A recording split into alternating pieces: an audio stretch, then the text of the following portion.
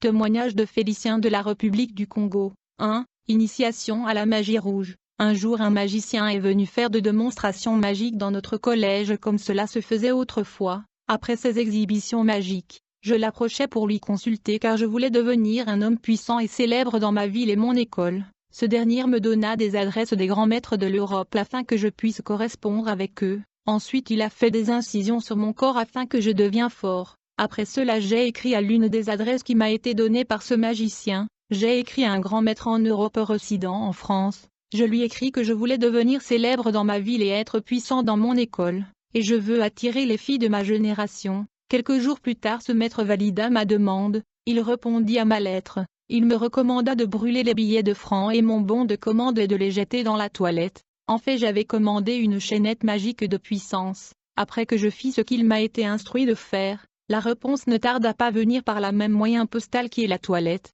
La réponse de ce maître mystique me recommandait de me rendre au cimetière nu, dans la nuit, avant mon départ vers le cimetière local de Mangancy à minuit. Je devais reciter quelques prières magiques afin de disperser les passants de mon chemin, et pour que mes parents et ma famille également ne puissent pas être au courant de mon déplacement nocturne. Animé par un courage satanique je pus me rendre courageusement au cimetière cette nuit-là. Les instructions de mon maître stipulaient que je devais garder secret tout ceci, et mon départ vers le cimetière était obligatoire comme prescrit par la lettre. Le refus d'y aller était punissable de la mort ou de la folie. Il fallait donc garder le sang-froid et ne pas paniquer ou crier dans le cas où je vois quelque chose d'étrange. Arrivé au cimetière, je me suis mis à faire de prières incantatoires avec les yeux fermés, et quand j'ai fini mes prières magiques j'ai ouvert les yeux, mais dès que j'ai ouvert mes yeux ce que j'ai vu me mit dans la frayeur. Mais je devais par-dessus garder le sang-froid et ne pas paniquer comme instruit par la lettre du maître. Ainsi ma surprise était grande de constater que j'avais devant moi un monstre, un grand serpent qui sortait de l'une de tombes du cimetière. Elle avait la dimension et la grandeur d'un anaconda. Ce serpent se tint debout et se mit à gronder pour m'effrayer, mais je gardais toujours mon sang-froid, car j'étais déterminé à avoir la puissance et la notoriété. Ce serpent n'était pas un serpent ordinaire, mais une démon en chair. Et le voir comme ça il y avait de quoi à piquer un cri et mourir. Le serpent a tenté de m'effrayer mais en vain, voyant qu'il n'a pas réussi à me faire fuir, il ouvrit sa gueule en orme dans laquelle il y avait une chaînette brillant et éclatant, puis j'entendis une voix qui me commanda d'insérer ma main à l'intérieur de la gueule du serpent, et retirer la chaînette magique. Je n'avais pas le choix dans cette situation, autrement j'allais devenir fou ou même mourir, et le diable serait content de me voir mourir car il aurait gagné mon âme. Je retira donc la chaînette de la gueule du serpent et je le mis sur mon cou en signe de vainqueur. Mais là ma victoire fut de courte durée, car je me suis vu encerclé par un groupe de morts vivants qui étaient sous forme squelettique, et qui chantaient ceci: Frère Jacques, dormez. L'objectif de ces démons consistait à me faire passer du temps au cimetière, car les instructions du maître stipulaient que je devais quitter le cimetière immédiatement après avoir retiré la chaînette de la gueule du serpent. Il fallait donc que je quitte le cimetière sans perdre du temps, de peur de mourir ou devenir fou, et grâce à mon agilité je parvenus à échapper ces démons. Mais ces démons ne me laissèrent pas fuir, ils se mirent à ma poursuite en criant aux voleurs, ils m'ont pourchassé avec des bâtons et des morceaux de pierre en criant aux voleurs, d'autres passèrent devant moi pour me barrer les chemins, mais j'ai parvenu à les dribbler. Finalement je suis sorti du cimetière, je venais donc d'échapper de justesse à la mort. Arrivé à la maison personne ne sut ce qui s'était passé. Et d'après cette contrat personne ne devait savoir sur mon implication avec le monde des esprits. Bien-aimé, ceci se passa quand je n'avais que 13 ans, ne vous en faites pas, car il y a même des bébés qui sortent du ventre de leur maman pour voyager dans le monde invisible et pratiquer la sorcellerie. Le monde est rempli de mystères, car il y a des choses qui se passent la nuit pendant que les gens sont en train de dormir. Le lendemain lorsque je suis arrivé à l'école, c'est comme si les démons m'avaient précédé et avaient fait ma publicité auprès des élèves de notre école. Mon succès était tellement grand que même les filles de mon école ne pouvaient pas me résister. J'étais donc devenu célèbre, et même mes professeurs m'aimaient. Pendant que j'ai pratiqué la magie je continuais à servir dans mon église comme enfant de chœur dans la paroisse de Notre-Dame de Fatima à Dolosie. Les jours passèrent très vite, et un dimanche après la messe dominicale, le curé m'appela et m'informa qu'il avait besoin de me parler à 18 h. Le soir venu je me suis rendu chez le curé. Il m'ouvrit son cœur et me fit comprendre qu'il savait déjà que je fréquentais le monde des esprits dans le cimetière. Bien que je lui ai jamais parlé de cela, il proposa de m'initier à la magie rouge du dragon rouge. Il me fit part de plusieurs mystères de la magie. Il me fit savoir que son mandat dans la ville touchait à sa fin, Ainsi il devait donc préparer un remplaçant qui allait prendre sa relève dans la ville. Il me dit qu'un prêtre avant l'expiration de son mandat dans la ville où il travaille, doit préparer quelqu'un qui doit lui remplacer et qui aura à représenter sa branche magique dans la ville, car un prêtre ne quitte jamais une ville avant de former un disciple qui puisse le remplacer valablement dans la ville. C'est ainsi qu'après cette interview, le prêtre m'y invita de passer le mercredi dans la paroisse afin que nous puissions passer aux choses sérieuses. Le mercredi à 22h à peine d'arriver chez lui, il me demanda de changer et mettre un soutane qu'il avait préparé pour la cérémonie. Cet habit était une soutane avec capuce. Cette robe ou soutane blanche était pour le novice dans la pratique de la magie rouge du dragon. Après les incantations du prêtre, on se mit assis dans un tapis rouge devant le statut de Jésus. Puis le prêtre me demanda de fermer les yeux et de me concentrer. Pendant ce temps il recitait de formules magiques, et pendant qu'il recitait ce prière magique je sentais comme si on était en train de voler en espace. Puis le prêtre me demanda de me mettre debout et d'ouvrir mes yeux, et lorsque j'ouvris mes yeux j'ai constaté que nous n'étions plus dans la paroisse, mais dans un monde magique rempli de beauté. C'était une ville très bien construite avec des immeubles gigantesques et plein de beautés ineffables. À notre arrivée une femme au nom de Donna Laetitia de nationalité italienne vint à notre rencontre. Après avoir fixé mes yeux, elle commença à m'accuser d'être un traître, en protestant qu'il ne fallait pas que je sois présenté à l'assistance dans l'auditoire, et qu'il fallait que le curé me remplace par un autre disciple, mais malgré son insistance, le prêtre lui dit que j'allais changer. Après ce débat, ils décidèrent tous de m'enfermer dans une chambre sans fenêtre, dans laquelle il y avait une ampoule qui l'éclairait et des caméras qui me filmaient.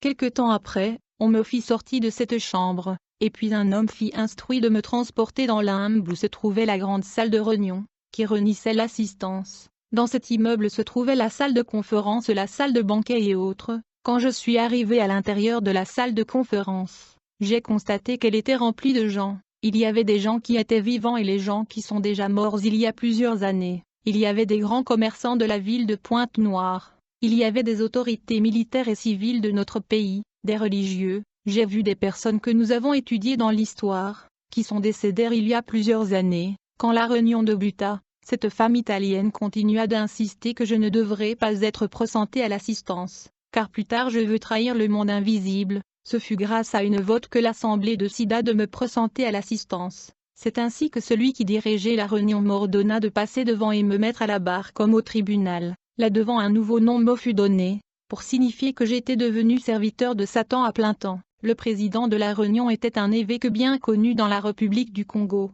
Ce dernier énuméra 10 lois que je devais observer. La moindre désobéissance de ces lois entraînerait une punition sévère. Comme dans tous les réunions d'intronisation, toute l'assistance fut invitée dans la salle de banquet se trouvant dans la même immeuble, où les invités étaient supposés aller goûter à la viande et au sang humain, et danser au rythme de la rumba congolais qui fut chantée par le musicien Franco qui était vivant à cette époque. Afin l'évêque qui dirigea la réunion s'approcha de moi, et me donna un livre contenant plusieurs prières magiques destinées à invoquer des esprits démoniaques et autres puissants démons comme la reine Farida. Il me conseilla de garder secret ce que j'ai vu et entendu dans le monde invisible, de peur de devenir fou ou de mourir. C'est de cette façon que commença ma carrière dans la magie rouge. Après quelque temps, je me rappelle à la veille de la rentrée scolaire mon père m'amena au marché pour m'acheter des objets classiques, afin de préparer ma rentrée scolaire. Mais à quelques mètres du marché j'ai entendu une voix en moi, me rappelant qu'il fallait s'abstenir du marche comme prescrit dans le 10 commandements qui regissaient ma vie mystique de peur d'être puni.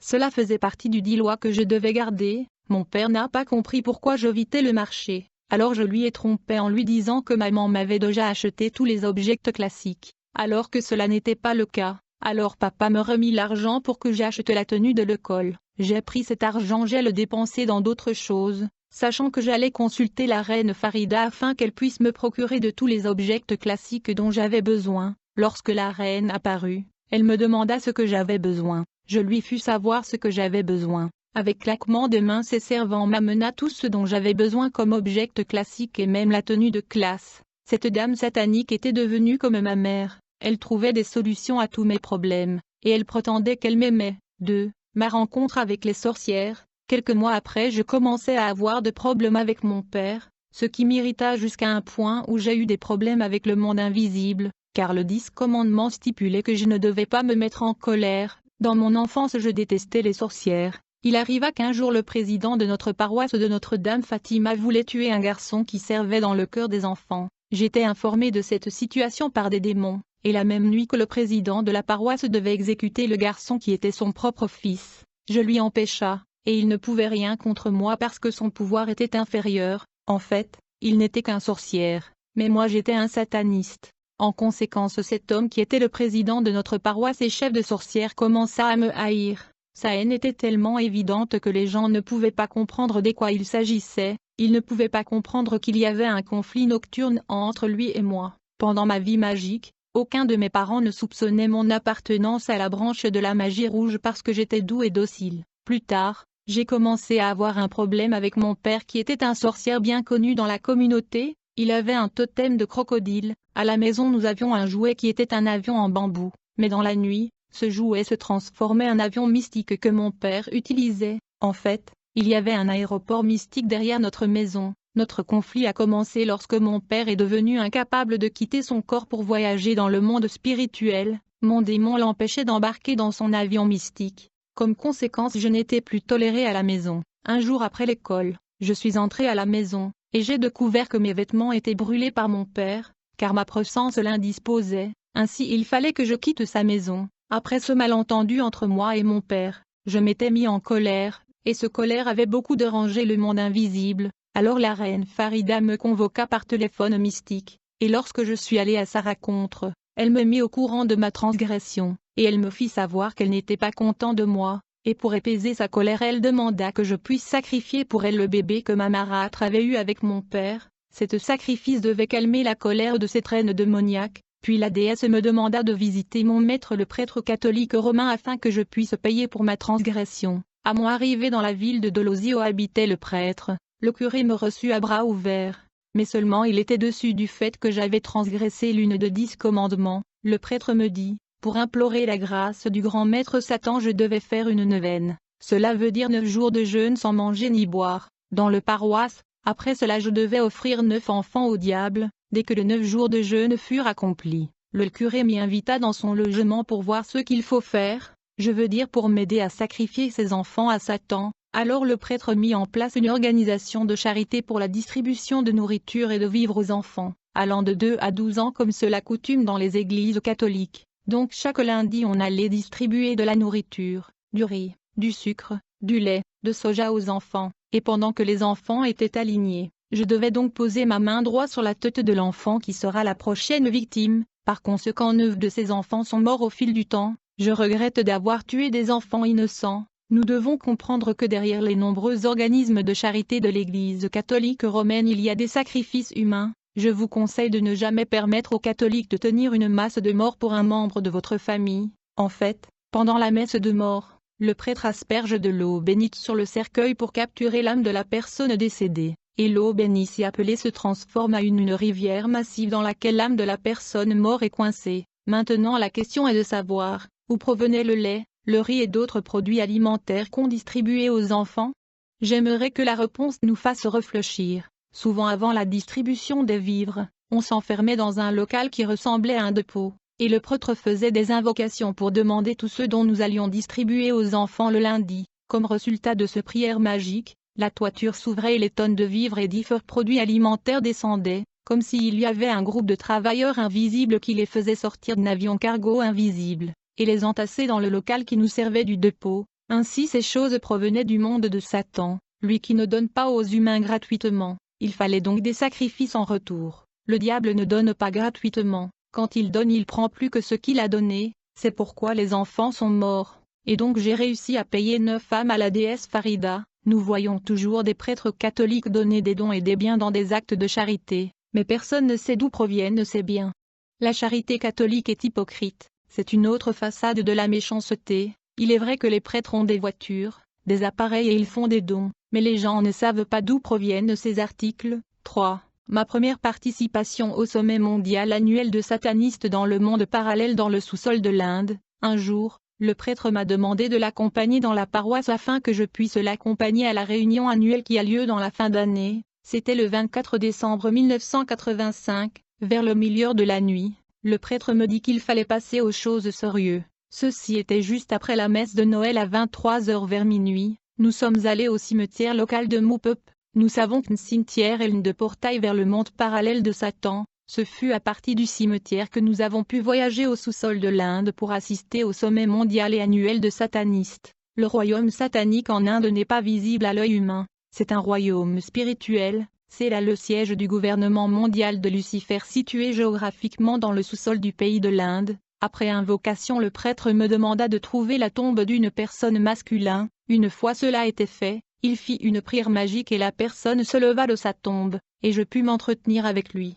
Puis je me suis allongé dans sa tombe et nous lui avons recommandé de garder mon corps durant mon voyage en Inde. Quand je me suis allongé dans son cercueil, mon esprit est sorti de mon corps, et j'ai atterri en Inde pour assister au rassemblement mondial de satanistes. C'était le rassemblement de satanistes du monde entier. Il y avait des footballeurs populaires, des stars du cinéma, des leaders politiques bien connus, des célébrités musicales, des anges déchus, des démons supérieurs et des principautés. Des nouveaux venus comme moi devaient être présentés à l'assistance. Et c'est dans ce genre de rassemblement qu'étaient déterminés des événements mondiaux majeurs qui se produiront dans le monde au cours de la nouvelle année qui allait commencer. Ainsi on décidé et déterminé en avance l'essor des événements politiques, sportifs, commerciaux. Cet rassemblement mondial satanique a lieu chaque année du 24 au 31 décembre. Le changement de régime politique et les résultats des élections sont décidés dans ce réunion en avance. Les événements économiques et commerciaux sont également abordés. Le résultat sportif et les résultats des championnats sont également décidés et déterminés en avance.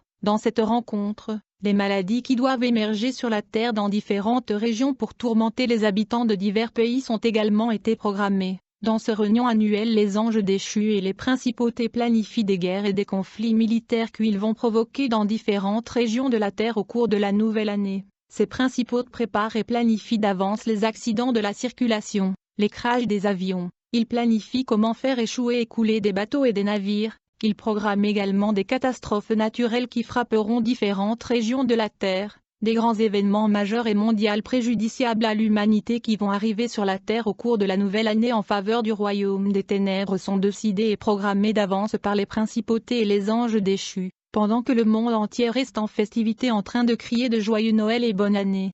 Au lieu d'être en prière, dans ce rassemblement le choix de présidents de différents pays du monde sont décidés. C'est dans ce rassemblement que je pris connaissance du changement de régime politique qui aura lieu dans mon pays, car j'ai vu les anges déchus et des principautés décider l'arrivée de la démocratie dans mon pays et la dévaluation du franc CFA. Dans ce rassemblement de satanistes et des démons nous avons discuté aussi de la guerre en Angola. Nous avons décidé d'envoyer des soldats invisibles pour continuer à aider le chef rebelle. Son armée était moins que celle du gouvernement officiel, mais il progressait toujours parce qu'il était aidé par des démons qui se battaient de son côté. Je conseillerais aux chrétiens de prier pour la paix dans leur pays. De nombreux conflits politiques et militaires sont décidés et programmés dans le monde invisible pour arrêter l'œuvre de Dieu. L'évangélisation est pour emporter la paix autour du disciple du Christ. Le royaume des ténèbres se réserve le droit à un pays qui a demandé de l'aide à la Banque mondiale. L'épidémie du sida fut également discutée. Je profite de cette occasion pour demander aux enfants de Dieu de ne pas se disputer ou de débattre du problème du football ou du sport. Permettez-moi de vous conseiller de ne pas être fan d'une équipe de football, parce que le résultat de championnats de football et des tournois sportifs sont décidés dans le monde invisible dans ce rassemblement annuel de satanistes et des démons. Beaucoup de victoires et des résultats sportifs sont décidés d'avance dans le monde invisible. Toujours dans ce réunion, il était décidé que le Canada deviendrait un pays du main-d'œuvre, et le Japon va se développer scientifiquement et technologiquement. Après la réunion, les initiés nouvellement arrivés comme moi furent emmenés dans une autre salle de réunion où nous devrions recevoir des instructions, et il y avait une statue de Jésus-Christ sur la croix dans cette salle. En fait, cette statue avait un corps humain, et il y avait du sang rouge frais sortant de cet homme sur la croix. Je ne sais pas si c'était un homme ou un démon. Cet homme sur la croix ressemble à Jésus qui est dans les images de dévotion catholique. On nous présenta cet homme cloué sur la croix comme étant le chef de chrétiens, le Fils de Dieu qui est adoré par les chrétiens. Notre hôte ne pouvait pas citer le nom de Jésus-Christ car il est interdit de citer le nom de Jésus dans le monde de Satan.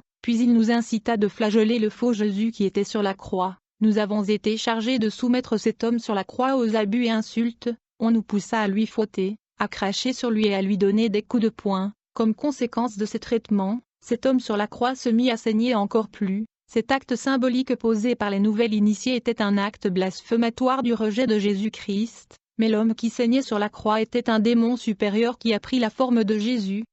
et j'ai compris que l'image de l'homme de la croix dans l'Église catholique n'était pas pour rappeler aux croyants la mort du Christ, mais pour se moquer de lui. Avant de retourner sur la terre, on nous donna chacun un tapis volant, un livre contenant 120 prières magiques, un cordon ayant une croix qui était un téléphone, un bâton que nous étions supposés utiliser dans la guerre spirituelle. J'ai été chargé de sacrifier 3000 personnes en 20 ans, puis nous sommes retournés sur terre. Lorsque mon maître le prêtre a quitté la ville, il me confia aux mains de l'ange déchu appelé Maître Bombard de Bombard. 4. Mon échec dans la destruction d'une église en Allemagne. Plus tard, mon maître Bombard m'appela pour me dire qu'il y avait une église en Allemagne qui priait beaucoup, et cette église troublait nos programmes et perturbait nos activités dans le monde invisible. Alors il me confia la mission d'éteindre le feu de leurs prières, sachant que j'étais victorieux dans toutes mes missions. J'ai pris mon tapis volant et j'ai voyagé en Allemagne à l'endroit où se situait l'église pour me rendre compte de faits. Une fois que je suis arrivé là-bas, la puissance qui émanait de cette église ne me permettait même pas de m'approcher. Je me suis rendu compte que j'étais impuissant contre ces croyants. J'avais honte de moi-même, cette défaite et l'échec étaient éclairants. Je ne pouvais pas comprendre le genre de pouvoir que ces croyants avaient. Je suis allé rapporter à mon maître l'ange déchu. Il me dit qu'il a essayé aussi d'attaquer cette église mais qu'il ne pouvait rien faire contre eux. Ceci était surprenant pour moi. Même mon maître l'ange était impuissant devant ses croyants, mais le diable est infatigable. Il essayera toujours de revenir encore et encore. 5. Ma première rencontre avec les francs-maçons.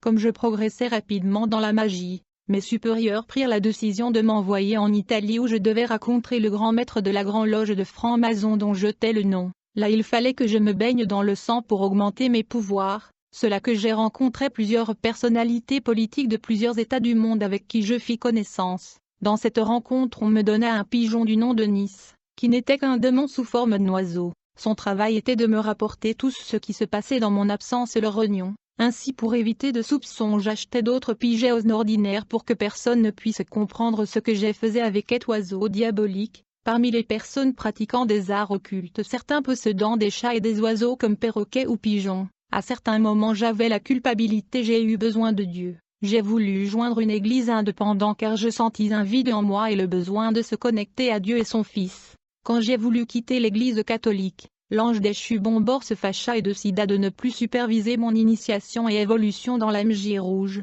Alors pour changer sa disposition je me suis rendu en Côte d'Ivoire où le pape était en visite. Afin de lui convaincre de parler à Bombard, il accepta mais je devais offrir 200 personnes pour que Bombard continue mon initiation. Ma rencontre avec la Reine du Ciel, Marie Marguela, ma participation à la fête de la Madone catholique. À mon retour de la Côte d'Ivoire j'ai été obligé de passer directement dans la ville où était organisée la fête de la Madone catholique. J'étais allé où étaient logés les prêtres de différentes missions catholiques de la ville de Loudima. En ce lieu je devais rencontrer quelques évêques et autorités ecclésiastiques. J'ai leur transmis les nouvelles et les recommandations du pape concernant la multiplication du photo de la Sainte Vierge Marie, pour que chacun des assistants à la célébration puisse en procurer dans un prix très bas. Chacun des assistants devrait aussi apporter une bougie pour la cérémonie, car Saint Charlemagne et la reine Marguela devaient descendre pour assister à la réunion. Ces deux personnalités sont des démons supérieurs que les gens appellent Marie et Jésus. En réalité Marie est déjà morte.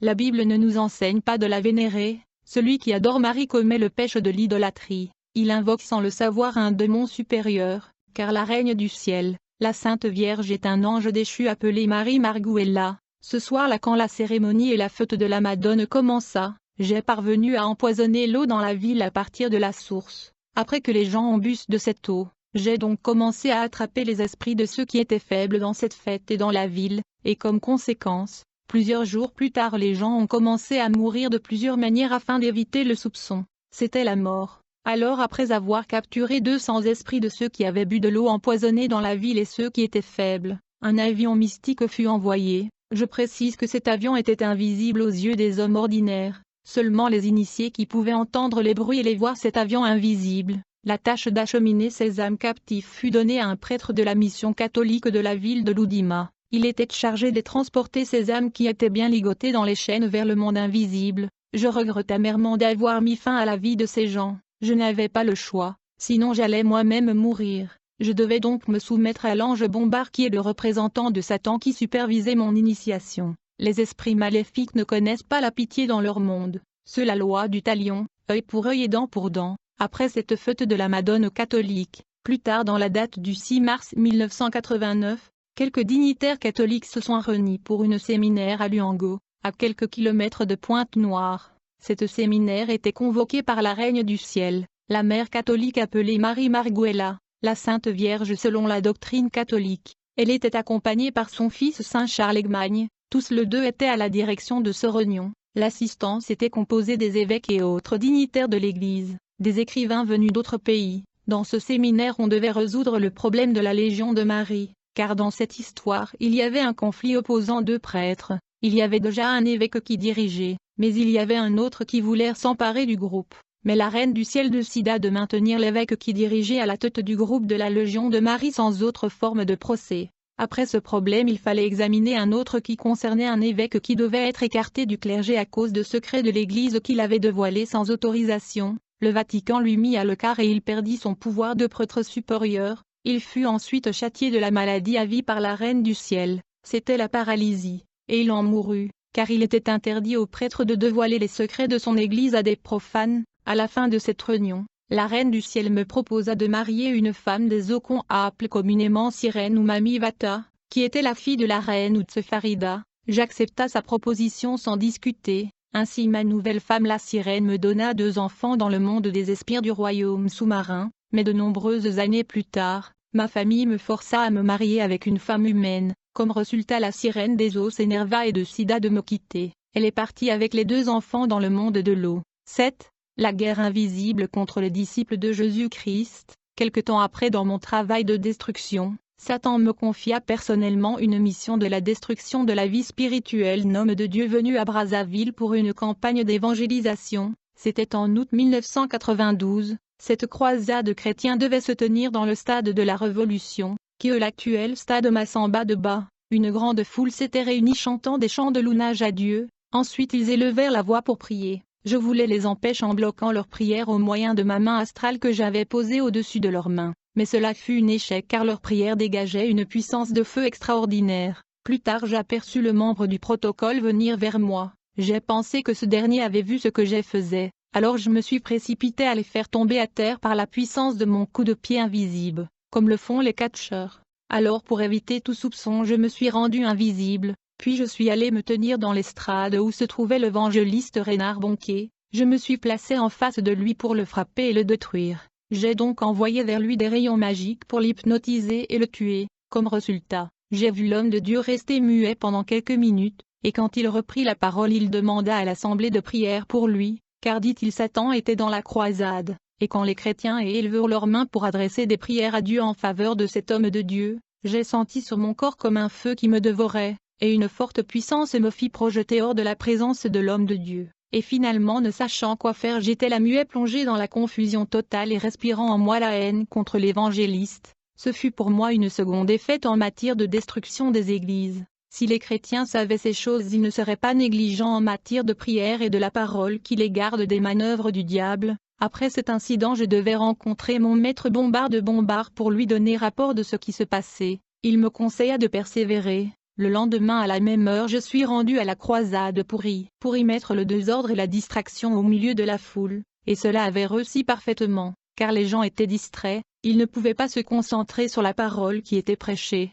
Ce jour-là il y a eu seulement 2 cas de guérison, bien que je ne pouvais pas toucher l'homme de Dieu parce qu'il était entouré par les flammes de feu, j'ai quand même parvenu à causer les désordres dans ce campagne, car j'ai influencé la foule qui voulait à tout prix toucher l'homme de Dieu et cela a causé du désordre. Sachant que j'ai échoué dans ma mission qui consistait à tuer l'homme de Dieu, je me suis décidé de capturer quelques esprits faibles et les sacrifier à Satan en compensation. Et j'ai réussi à attraper 5 âmes que j'ai sacrifiées à Satan. À ce sujet je voulais donner un conseil aux enfants de Dieu d'être toujours préparés spirituellement quand ils se rendent à ce genre de rassemblement. Il faut toujours confesser ses péchés et demander au Seigneur de vous remplir du Saint-Esprit. Car tous ceux qui vont participer aux croisades et campagnes d'évangélisation ne sont pas tous des enfants de Dieu. Il y a aussi des agents du diable. Durant ce croisade je demeurais toujours à Brazzaville dans l'hôtel Méridien où j'étais logé, mais je ne pouvais savoir où était logé l'homme de Dieu car il était protégé par Dieu. Voyant que je ne résistais pas à le tuer, je me suis mis à la recherche de ceux qui faisaient la sécurité dans cette croisade. J'ai réussi à attraper 3 de ses frères qui étaient faibles. Cette même nuit je me suis rendu à l'hôtel Mambou Palace. Où était logé le grand maître de la nature Lucifer, pour lui faire rapport de mon travail. Il me dit que parmi le protocole de l'homme de Dieu il y a une femme qui appartenait à une société secrète. Elle était cadre de la société Hydro-Congo à l'époque. Le diable me dit qu'il allait confier à cette femme la tâche de tuer l'homme de Dieu Rénard Bonk. Chers frères et sœurs, le diable a pris soin d'introduire ses agents dans les assemblées dites de réveil, et ces dernières ont la mission de freiner les églises, de mettre les troubles et les divisions dans les églises tout en empêchant les vrais serviteurs de progresser spirituellement. Souvent les agents du diable ont tendance à travailler dans la commission de la direction de l'église,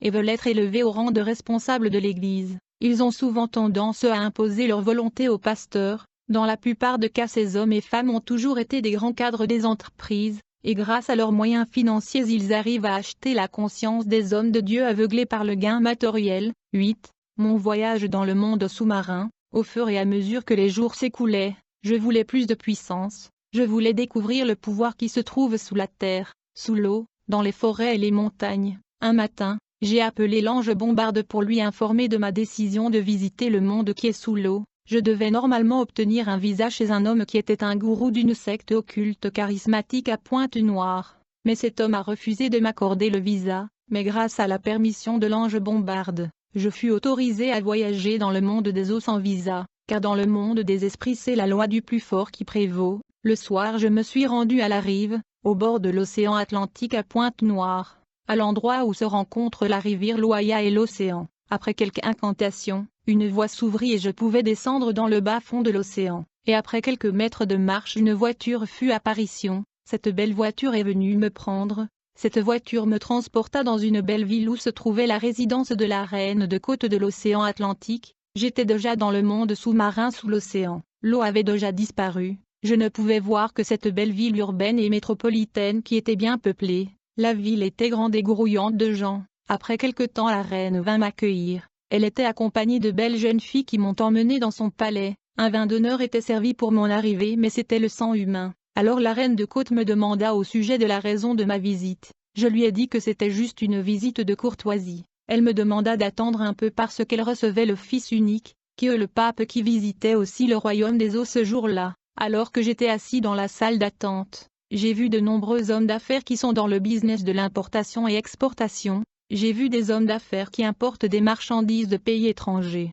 ceux qui possèdent des dépôts, des chambres froides, des bateaux de pêche. J'ai compris que nombreux sont des hommes d'affaires qui sont dans l'occultisme. J'ai appris que 80% de leurs biens, comme les voitures et les appareils électroniques et électroménagères proviennent du royaume sous-marin. Après avoir reçu de nombreuses personnes, la reine de côte a délégué une jeune femme qui était supposée prendre soin de moi pendant ma visite dans le monde sous-marin. Je fus installé dans une maison qui était bien meublée, puis la dame m'amena visiter les industries de fabrication des appareils électroménagers. J'ai vu les industries de fabrication de voitures et les industries de textiles et autres.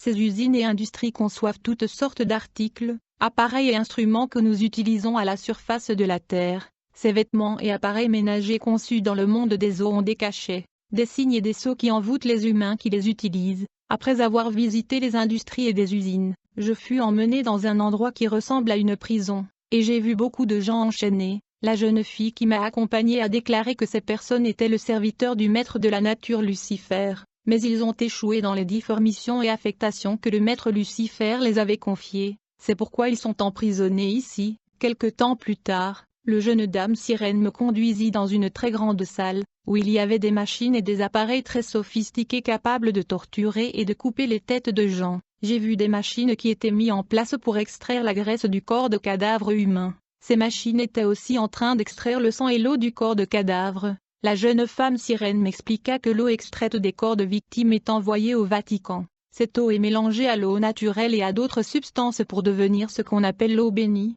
puis il est envoyé dans les paroisses catholiques du monde entier. La dame a déclaré que la graisse extraite des corps de la victime devient de l'encens, en particulier l'encens benjoin contenant un puissant pouvoir magique. Les têtes de victimes sont broyées pour concevoir l'encens du Lourdes, utilisé par les hommes d'affaires pour la prospérité. Il y a aussi l'encens de Jérusalem conçu à partir d'autres parties du corps humain. L'encens de Nazareth utilisé par les prêtres sont aussi fabriqués à partir d'autres parties du corps humain. Après cela, la jeune fille m'amena visiter un endroit qui ressemblait à une ferme. J'ai vu de nombreux animaux comme de porcs, de bœufs et de la volaille. J'ai demandé à la dame à propos de ces animaux et quel était leur but. Elle me dit, à moins que je vous explique, vous ne pourrez pas comprendre. Comme la fille parlait, je savais dans mon cœur que ces animaux et bétail dans la ferme étaient des êtres humains victimes de sacrifices humains. La dame me dit que 70% de la nourriture et de la viande que nous mangeons à la surface proviennent du royaume sous-marin. Elle a déclaré que les nombreux hommes d'affaires que j'ai vus dans la salle d'attente reçus par la reine de côte sont leurs associés.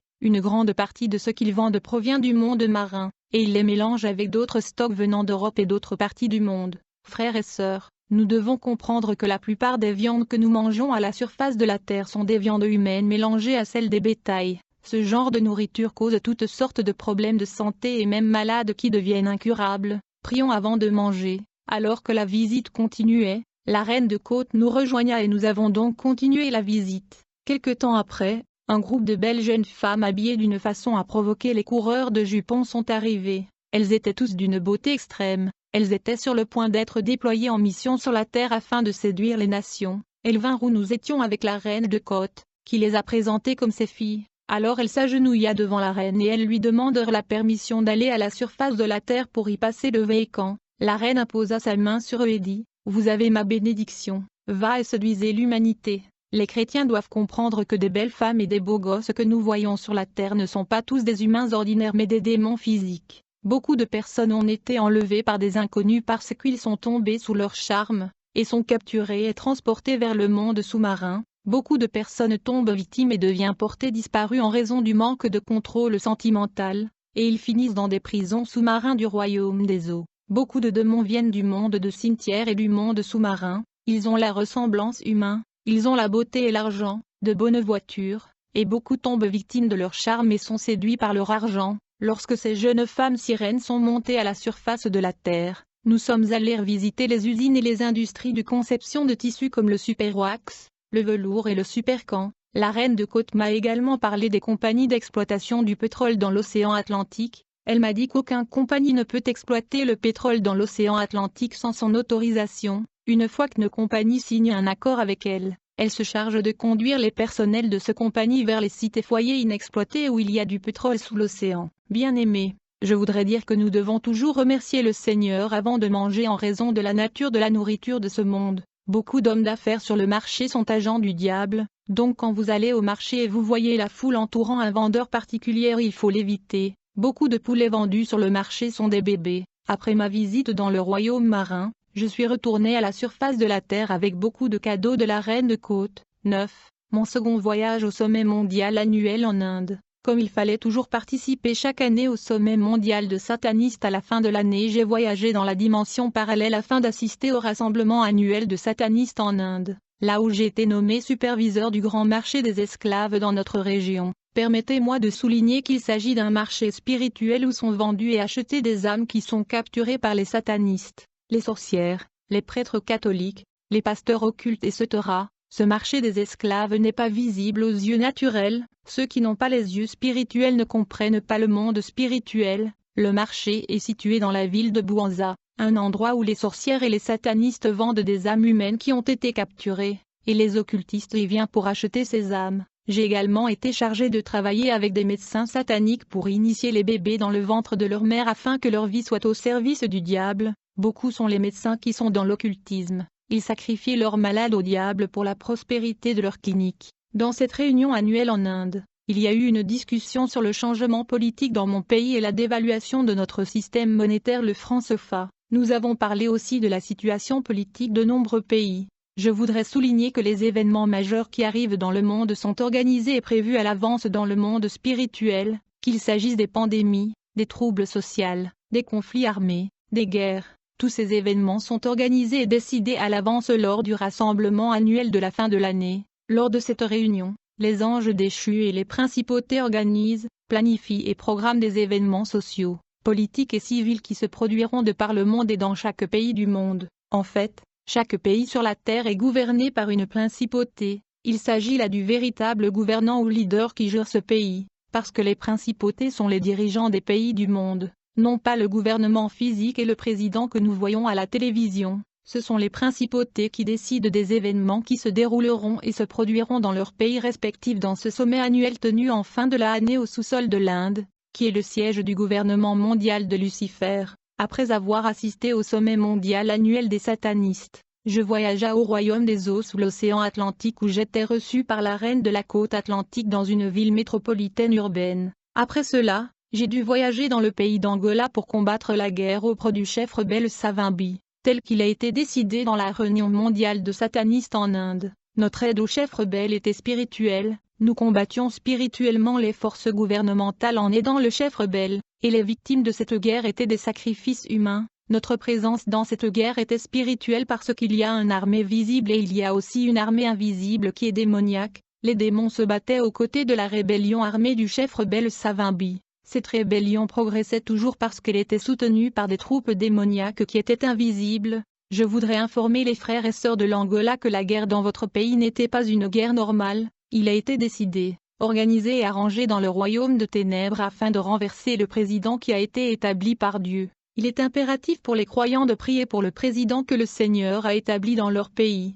Beaucoup de chrétiens ne prennent pas du temps pour prier pour leur président bien que la Bible recommande cela. Après ma mission en Angola, je suis retourné dans la République du Congo et j'ai ouvert une église occulte. Grâce à mon pouvoir magique, l'église était pleine un temps record. Les gens venaient avec leurs problèmes et leurs maladies, et je les guérissais et faisais des miracles. J'ai remarqué que les gens sont toujours attirés par la guérison et les miracles. Bien que mes miracles et mes prophéties étaient démoniaques, j'étais très apprécié. Quelques mois plus tard, j'ai dû assister à la réunion de toutes les églises de Ngwanza dans la ville de Dolisie. Plus tard je fus informé par l'ange déchu Bombard que Lucifer était dans la ville, et qu'il assistera au rassemblement de toute l'église occulte de Ngwanza. Quand je suis arrivé dans la ville, je suis allé directement à l'hôtel où le diable restait. Je fus reçu par l'ange déchu au nom de Nabam, qui est l'associé et le secrétaire de Satan. Plus tard le maître de la nature Lucifer m'a reçu dans sa chambre, et il m'a demandé de m'asseoir. Il était un homme de peau caucasienne, mais il peut prendre toute forme qu'il veut.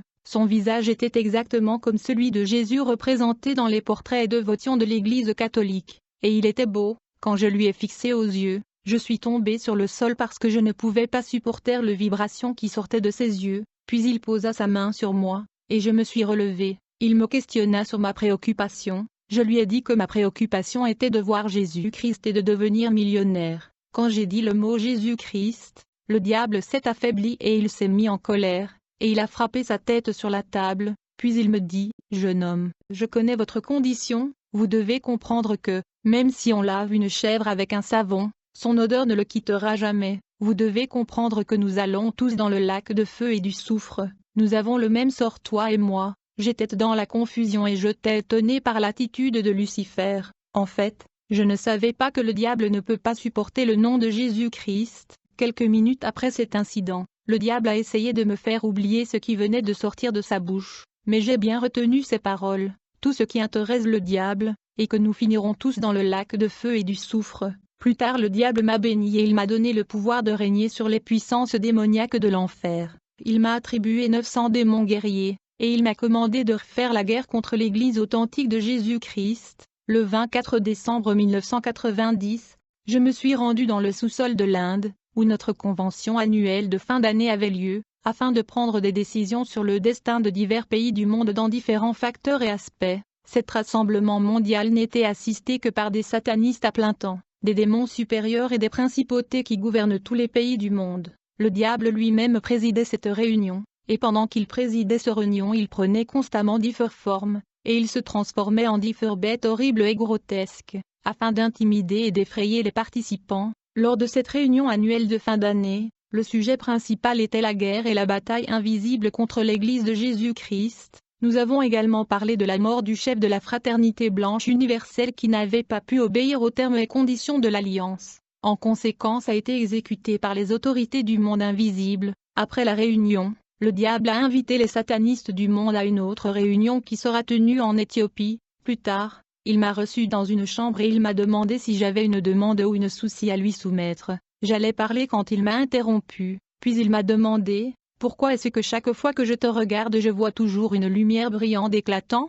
Je ne savais pas comment lui répondre parce que je n'avais jamais vu cette lumière, mais le diable savait que c'était un symbole du Seigneur et cela lui rendait nerveux. Il savait qu'un jour je viendrais au Seigneur. puis il m'a demandé de lui joindre au meeting qui aura lieu en Éthiopie le 14 janvier 1991, où il accueillera une réunion de satanistes du monde. Et ce jour-là, lors de cette réunion, nous avons débattu sur la maladie et des efforts à entreprendre afin de répandre le paludisme partout en Afrique. Et nous avons discuté de la destruction de la vie des gens. Le diable déteste l'humanité, et la présence humaine sur la terre ne lui donne pas de joie. Il veut nous détruire même maintenant si cela était possible.